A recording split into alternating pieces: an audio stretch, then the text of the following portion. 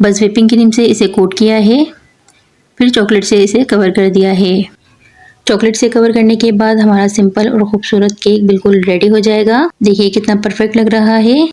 जो लोग नए हैं कुकिंग या बेकिंग में, क्या आपको लगता है कि आप ये केक बना सकते हैं या नहीं? मुझे फीडबैक देके ज़रूर बताइएगा। मैं आपके कमेंट का इंतज़ार करूंगी। और जो लोग नए हैं चैनल पर, सब्सक्राइब करना मत भूलिएगा। फिर मिलेंगे एक और आसान रेसिपी के साथ। तब तक के लिए अल्लाह हाफिज़।